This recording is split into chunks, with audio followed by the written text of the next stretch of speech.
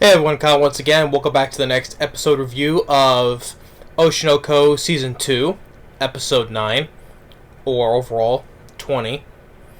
And once again, the show produces another 10 out of 10 episode. I mean, this series, I would say Season 2 has been proving probably to be better than the first season, though. Because this whole story arc of this whole stage play has been phenomenal, and we're seeing in here, like the last episode and more in here, we're seeing more of Aqua's acting coming out. I mean, especially this one, like opens up right after he was seemingly biting into the lead actor who plays Tokyo Blade, who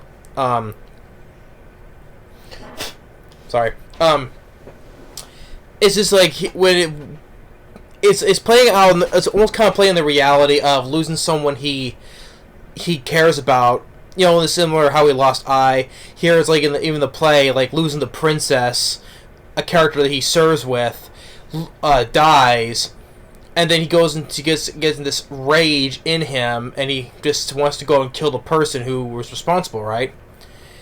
Well, of course we get into like in his head, like. We see like his inner self talking to him when it was where Ai is laying there dead, right? And he's doing all this because to enjoy acting, he has to like give up on being happy, you know, ending his happiness. And we see that rage comes out though in this when he's like screaming all her you know. It shows his acting has been phenomenal, you know, really getting into it. Of course, you know, when any of the actors are like jumping and flying, they're on wires, yes, you know, to manufacture all this stuff. And the whole stage, you know, with the whole thing with the laser lighting and stuff, like amazing, you know. I thought it was like amazing because like I wonder how if it was like a stage though, how would they do that? How they manufacture like the lighting, like when they do their attacks, like the powers that comes from the weapons, you know. How they do the lightning, you know. Like I said, it makes me want to feel like I want to watch the real life version of this play, you know.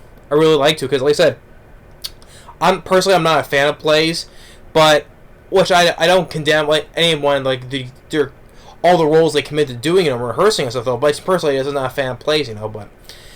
But seeing this play though, I would love to see how this would play out in real life, you know. But just when like.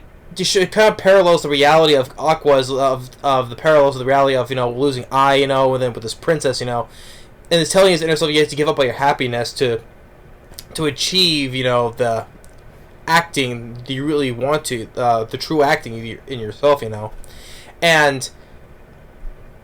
but then he's like he's still feeling all like, you know, like he couldn't do anything, and he's set on revenge and all that stuff, but. When that shadow version of him turns into that smaller version of him when he was a kid, and we see that Ai is alive, he bawls out in tears and goes and hugs her. And all he wanted was basically he just wanted to hug her and hear her voice again, you know.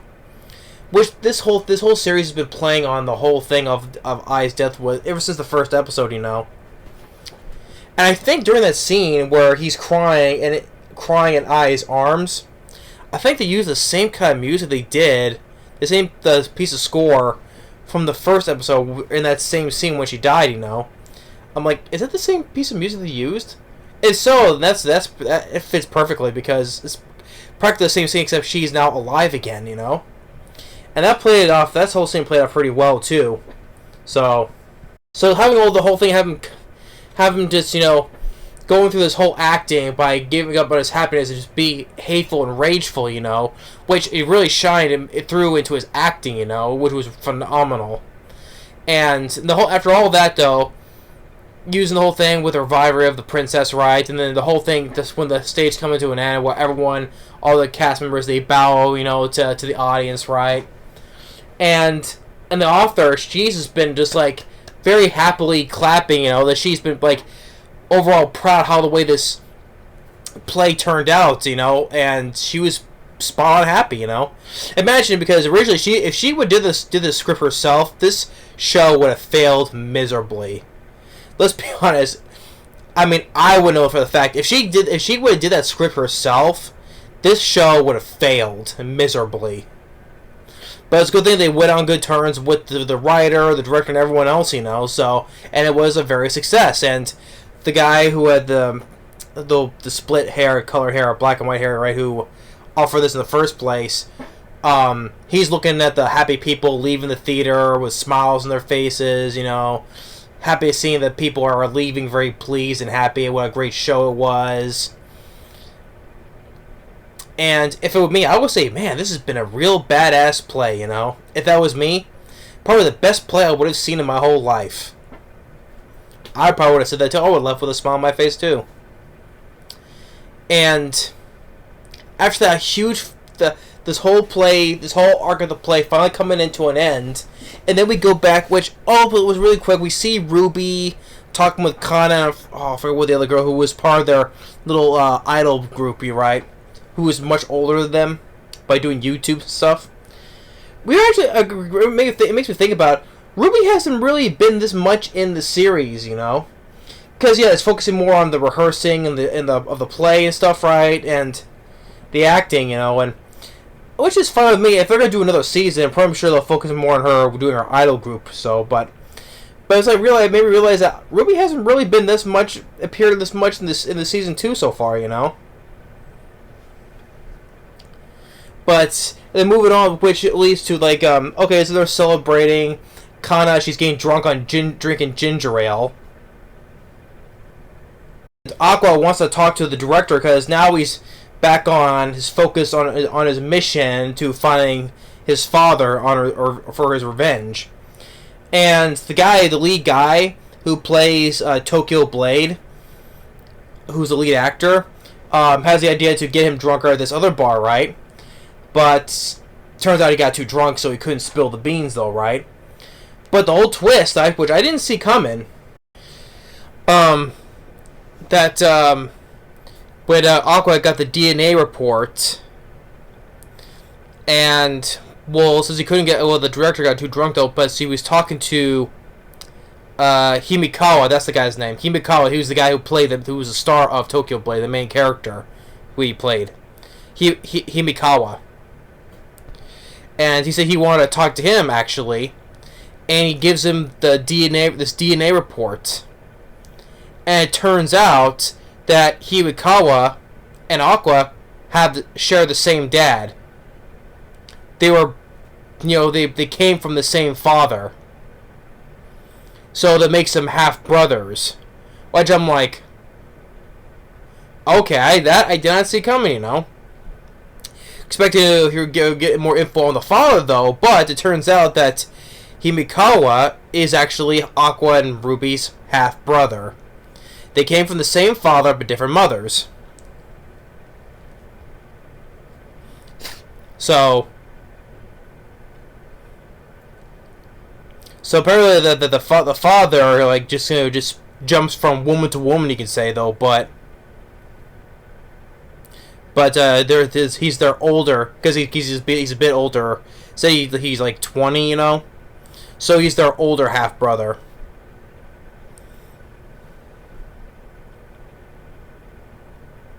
So I'm like, beside for the whole, okay, which the twist was, the ending of that was I did not see coming, but the whole DNA test though, but. Despite the ending of that, though, but the whole play, though, of this episode was phenomenal. Like I said, Aqua's acting stand out, though, but it was because it was due to his hateful rage of losing Ai, you know. So, like that guilt trip, of him not doing anything about that, and then his inner demon, say, hey, but just say, is this what you do? Who you are? Do you enjoy this? But it's only to do so he can have to hear his mother's voice and hold her in his arms one last time, and gave a phenomenal performance, which the Kana was saying, even the director and was it the producer or was it he was talking to outside smoking though, but they were saying there was also a mention of Aqua's acting was great too, But the twist ending of the whole DNA test to have him being half brothers, what I didn't see coming though.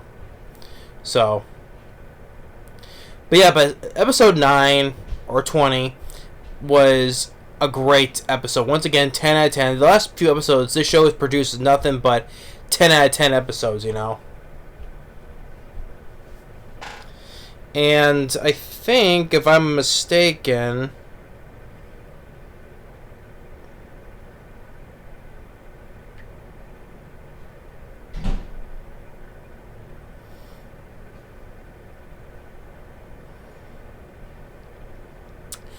yeah, I think if I'm mistaken, yeah, episode 10 is going to get delayed till not till the 11th, I would say. So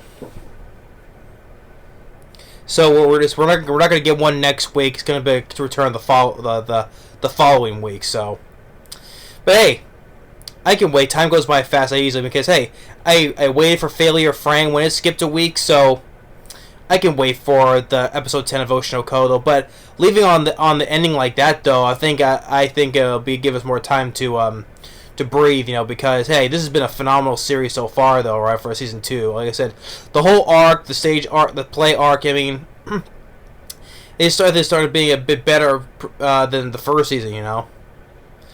But yeah, but episode 10, I can being delayed, it's fine. So let me catch up on other things. So, but yeah, but episode 9 though of season 2, it's been once again 10 out of 10 series. So, but yeah. But the ending, the whole stage play, Tokyo Blade was awesome to see, and the twist ending I didn't see coming was good too, you know, which I didn't expect. But like I said, for a guy who has not read the manga, I'm sure, you know, people who have though maybe have seen it though, but hey. But thanks for watching. Stay tuned for the next episode review. That's a Failure Frame. We'll see you on the next review. Later.